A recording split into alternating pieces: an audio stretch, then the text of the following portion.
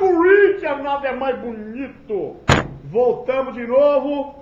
Resolução da Unesp, prova de conhecimentos gerais, realizada no dia 16/12 de 2007. Trazemos aqui para a correção o professor Carlos, o Jim Carrey. Vai resolver as questões 37, vamos lá, 38 e 39 de física. Vamos lá, obrigado, você, boa tarde para você de casa. Vamos lá para a questãozinha de número 37 de física da prova da Unesp. A ideia é o seguinte, ele disse lá para você, o movimento de dois veículos são registrados na figura de... Está caindo tudo aqui, está caindo na mesa aqui.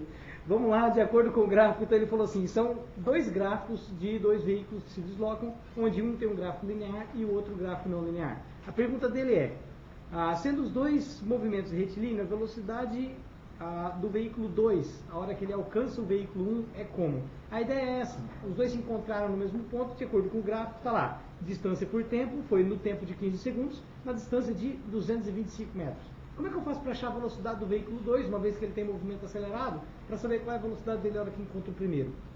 A ideia é você usar a equação simples da velocidade, que é V igual a V0 mais AT. Para que você possa achar essas informações que faltam são V0, de acordo com o gráfico, você tem que, a velocidade inicial desse gráfico não linear, você pode considerar ele como sendo zero, porque você pode observar que ele não varia o espaço com o tempo no início do movimento.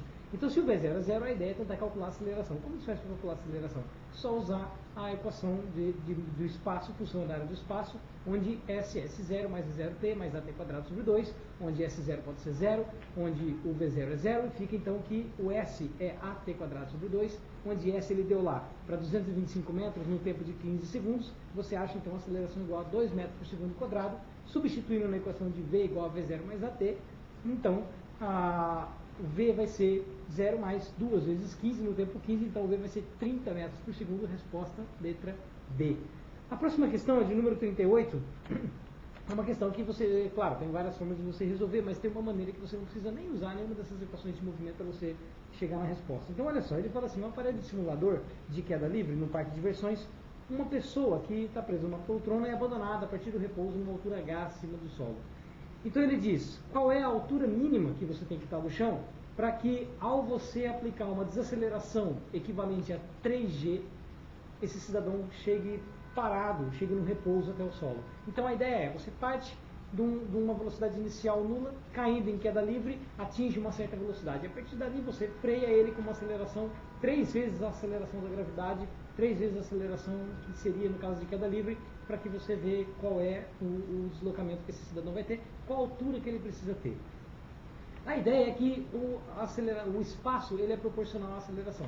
Então, se a aceleração é 3 vezes a aceleração no início da queda livre, então a altura vai ser 3 vezes menor do que a altura da queda livre. Então, se você tem uma alturinha e a outra é equivalente a 3 vezes menor do que a primeira altura, você tem um total de 4 alturinhas, sendo essa final 1/4 da altura total. Então, a resposta correta é a letra D.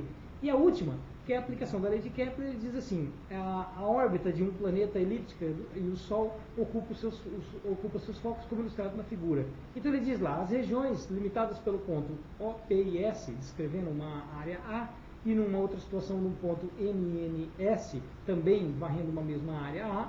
Então ele diz assim, os tempos que os planetas vão percorrer esse intervalo de tempo e as velocidades em que eles estão são comparados de que maneira? A ideia das leis de Kepler é, na primeira lei, logicamente, que é a lei das órbitas, que ela descreve uma elipse, então ele mostra a figura para você dizendo que o Sol está num dos focos, então está correta a primeira afirmação do problema.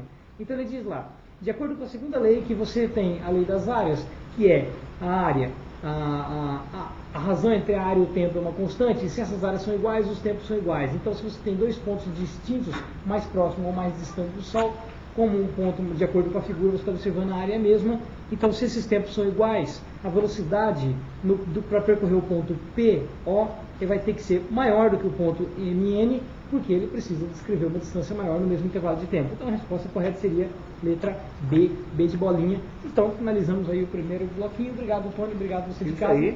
Já estamos aí de volta. Daqui a pouquinho, mais resolução na TV Resolução.